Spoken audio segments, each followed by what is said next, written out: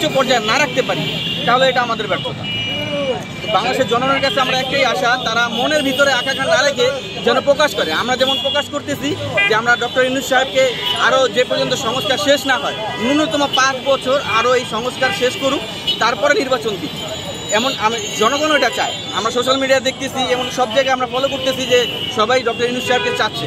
আমরা চাই যে মাঠ পর্যায়ে এসে চাওয়া হোক, না হলে বিভিন্ন দলের মতে তিনি চাপে পড়ে একটা সিদ্ধান্ত তিনি দিয়ে দেবেন। তো তার সিদ্ধান্ত যেন জনগণের পক্ষে আসে, সেজন্য জনগণকে তার পাশে থাকতে হবে। সেই জনগণের হয়েই আমরা আজকে এখানে অবস্থান করছি। অনেকে মনে করছে যে বাংলার মানুষ, বাংলাদেশের মানুষ, জনগণ কিন্তু এই আন্দোলনে শরিক ছিল। তো সেখান থেকে শুধু 2-1টা দল বলবে যে এই সরকারের আন্ডারে না, কোনো নির্বাচিত সরকারের আন্ডারে, আমরা কোন দলকে বিশ্বাস করব? এখন পর্যন্ত কি বিশ্বাস জোগাড় মতো কোনো দল বাংলাদেশে তৈরি হয়েছে?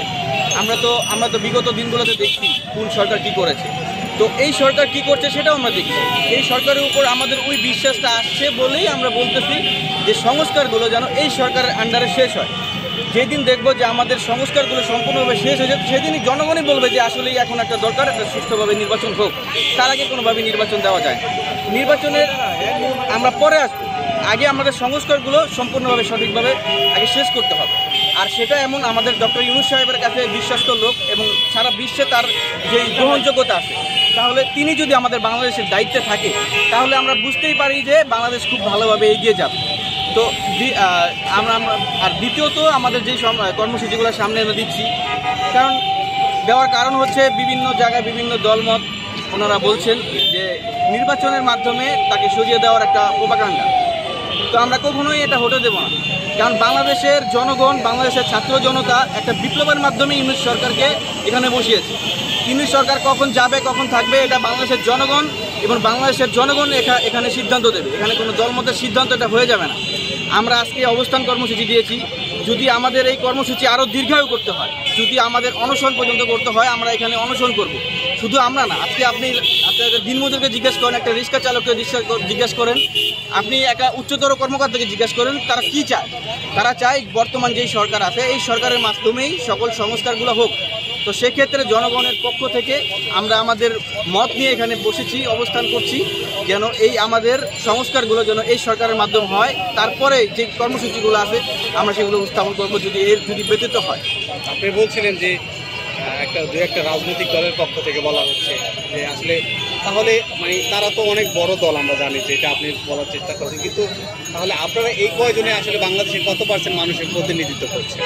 আপনি বৈষম্যবিরোধী ছাত্র আন্দোলন দেখেন, তখন কোটা থেকে সারা বাংলাদেশ এখানে আমরা পাশে ছিল। আমরা কিন্তু প্রথম থেকে দেখেছি যে সরকার বিরোধী অনেকে অনেক কথা বলছে, হয়তো অনেকভাবে প্রকাশ করতে পারেন।